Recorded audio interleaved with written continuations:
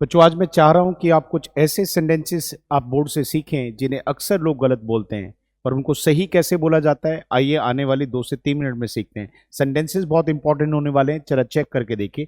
पहला ही सेंटेंस देखेंगे तो लिखा आता है पीपल इज। बच्चों अक्सर लोग ऐसा गलत बोल देते हैं कि पीपल इज, उनको लगता है कि एक व्यक्ति को पीपल कहते हैं, एक से ज्यादा लोगों को पीपल्स कहते हैं। आपने सुना होगा, मैंने अभी अभी बोला कि पीपल्स कहते हैं। बच्चों ध्यान रखना, ये पीपल्स नहीं होता, पीपल होता है, और ये अपने आप में ज्यादा को दिखाता है, ज्यादा को दिखाता है। इसलिए आपको एक गलती कम से कम नहीं करनी। एक तो इनके साथ एस लगा के ज्यादा की नहीं सेंस लेनी है, ये ऑलरेडी पहले से ज्यादा है। और इनके साथ कभी भी ऐसी कोई वर्ब मत लेके आओ जो किसी एक को दिखाने वाले, जैसे कि इज। सही सेंटेंस अगर आप चाहते हैं तो बोलना चाहिए हमें पीपल आर, यानी कि लोग। People are busy, peoples are busy नहीं होगा। सेकंड सेंटेंस की तरफ बढ़ते हैं, जरा देखिए क्या कहता है। I am agree with you. अक्सर ऐसा होता है कि हम किसी से सहमत होते हैं, जैसे कुछ व्यक्ति ने कुछ कहते हैं तो उसके बाद हम कह देते हैं मैं आपकी बात से सहमत हूं, मैं आपकी बात से सहमत हूं। तो इस इंग्लिश में कुछ लोग बोलते हैं I am agree with you. नहीं, ये बिल्कुल ठीक नहीं है। अगर आप इसे इंग्लिश में बोलना चाहते हैं तो बोलना चाहिए आई अग्री। रीजन बता देता हूं। अग्री अपने आप में एक वर्ब होती है बेटा, और जब वर्ब को हम एम के साथ लिखेंगे तो वो आईएनजी लगा के लिखते हैं, थर्ड फॉर्म में लिखते हैं।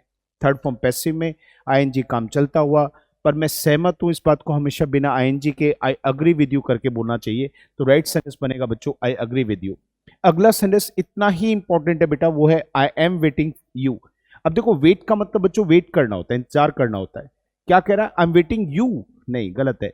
जिसका भी हम वेट करें तो उसे हमें कहीं ना कहीं बोलना चाहिए I am waiting for you, यानी कि वेट के साथ फोर लगा के बताते हैं कि हम किसका वेट कर रहे हैं। तो ये भी बात आप ध्यान रखना। अगला सेंटेंस इतना ही शानदार है, जरा ध्यान से देखिए। I lost the bus. देखो बच्चों, लॉस्ट जो है ना वो लूज की फॉर्म है। किसी भी चीज को गुम करना, खो देना लूज होता है। तो मैंने बस थोड़ी ना खोई है, मेरी बस तो मेरे से छूट गई है। और जब कोई व्हीकल आपसे छूट, जैसे बस ट्रेन, ये छूट जाए तो उसके छूटने को हम लॉस्ट नहीं बल्कि मिस वर्ड से दिखाते हैं। घटना पास्ट की है तो इसलिए मिस्ड करके बोला मैंने, आई मिस्ड माई बस। जब भी आपकी बस छूट जाए तो आप किसी से बात करते हो तो उसे बता दे यार आज तो मेरी आई मिस्ड माई बस, आई लॉस्ट माई बस मत बोलिएगा। अगली सेंटेंस की तरफ आते हैं, देखते हैं कहता है एवरी वन आर हैप्पी। अब एवरी वन का मतलब हम हर एक व्यक्ति की बात करते हैं। बच्चों एक बात ध्यान रखना, जब आप एवरी करके बात करते हैं तो सबके बारे में बात करें, पर एक एक करके बात करें।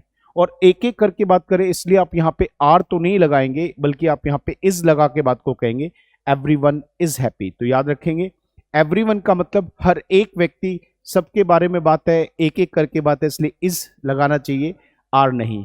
नेक्स्ट सेंटेंस पे देखते हैं, कहता है I need to go to home. हाँ देखा, ये बड़ा प्यारा क्वेश्चन है। अक्सर घर जाने की बात करते हैं तो उसमें कहते हैं गो टू होम। बच्चों ऐसे नहीं बोला जाता। एक्चुअल में होम वर्ड को जब भी हम गो के साथ दिखाएंगे तो उसमें बोलना चाहिए हमें go home. I need to go home, मुझे अब घर चलना चाहिए यार, मुझे लगता है कि अब टाइम हो गया, जरूरत है घर जाने की, तो मुझे ऐसा फील हो रहा है, तो I need to go home. I need to go to home नहीं। हाँ, अगर टू लगाना है तो फिर आपको बोलना पड़ेगा I need to go to my home. तो माई जैसे लगाएंगे तो ये फिर टू लगा के बोला जा सकता है ऐसे, I need to go to my home. अगले वाले सेंटेंस की तरफ आते हैं, he is afraid from dogs. ये बिल्कुल गलत है बच्चों। अफ्रेड का मतलब किसी भी चीज से डरना होता है। जब हम किसी भी चीज से डरते हैं तो अफ्रेड वर्ड आता है, पर अफ्रेड फ्रॉम नहीं बोला जाता बच्चों, हमेशा अफ्रेड ऑफ बोला जाता है।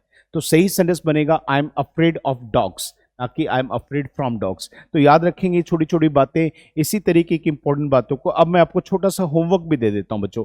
आप जरा कमेंट बॉक्स में जाइए और ये जो दो सेंटेंस बोर्ड पे लिखे हैं, पहला सेंटेंस क्या लिखा है, ही स्पीक इंग्लिश गुड, ये गलत सेंटेंस है। अगला है I prefer tea than coffee. अभी इसके ऊपर हमने एक वीडियो भी किया था इससे पहले, तो देखते हैं कि कितने बच्चों ने उससे सीखा था। कमेंट में जरूर बताइएगा इसके आंसर क्या होने वाले हैं।